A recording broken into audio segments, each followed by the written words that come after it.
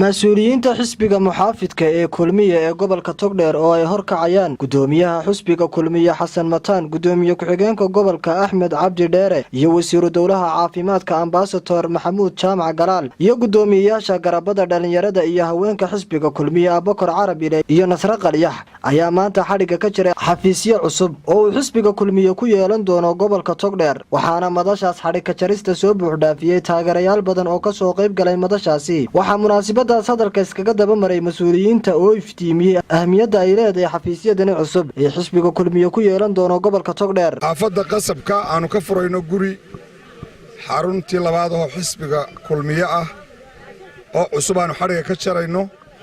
gudoomiye ku-xigeenkii labaad ee xisbiga kulmiye Axmed Cabdi Dheere, wasiiru dowlihii caafimaadka Maxamuud Aadan Jaamac iyo xubno ka tirsan guddiga golaha dhexe xisbiga oo ka mid yahay Khaliif Xiinwaalo halkan nagu weheliya.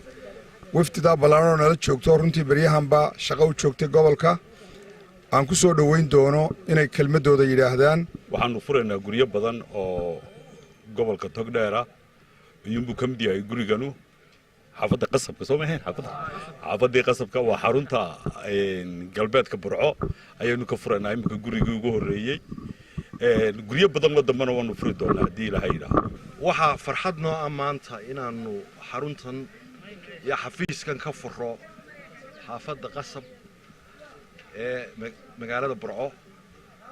runtii sidaa gudoomiyuhu sheegay markaanu eegnay baahida iyo taageerayaasha xisbiga iyo hawsha taalla dadka oo doonaya inay xisbiga u shaqeeyaan oo masiirkooda iyo mustaqbalkooda ka taliyaan iyay xisbiga iyo gudoomiyuhu ay halkan noogu yimaadeen si guriga loo furo oo hawsha loo galo. guryo badan oo kalena way jirayaan. aad iyo aad baad u mahadsantihiin. farxad weyn bay runtii saaka noo tahay inaanu xafiiskan ka furno xaafadda qasabka oo xaafadaha waaweyn ee Burco ka mid ah. xisbiga kulmiyana runtii taageero aad u ballaaran ku leeyahay. waxaan maanta hambalyeeleyna u bogaadinaynaa taageerayaasha faraha badan ee kulmiye ee degan xaafaddan qasabka inay heleen xaruntan iyo xafiiskan weyn oo ay ku kulmi doonaan oo ay ku muujin doonaan taageeradooda xisbiga.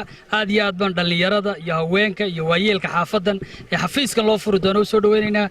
farxad weyn bay noo tahay xafiiskan aad iyo aad u quruxda badan leh ee aanu ka furayno galbeedka xaafadda qasabka oo aad iyo aad baahi weyn loogu qabay.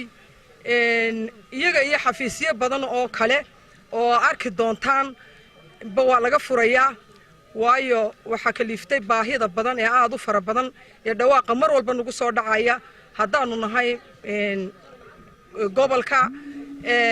baahiyaha loo qabo ayuu ka mid yahay ee mar walba nala weydiinayo ee xafiisyo noo furan la leeyahay.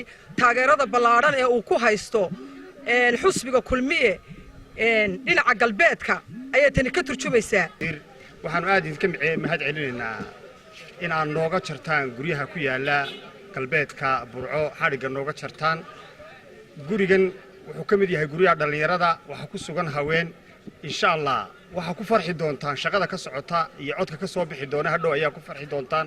isku soo wada duub oo xafiisyadan ayaa ka mid noqon doona xafiisyada uu galbeedka magaalada Burco ku yeelan doono xisbiga kulmiye. waa Maxamed Xasan Diiriye Maxamed Joker, wararka telefishinka caalamiga Ariel TV, Burco.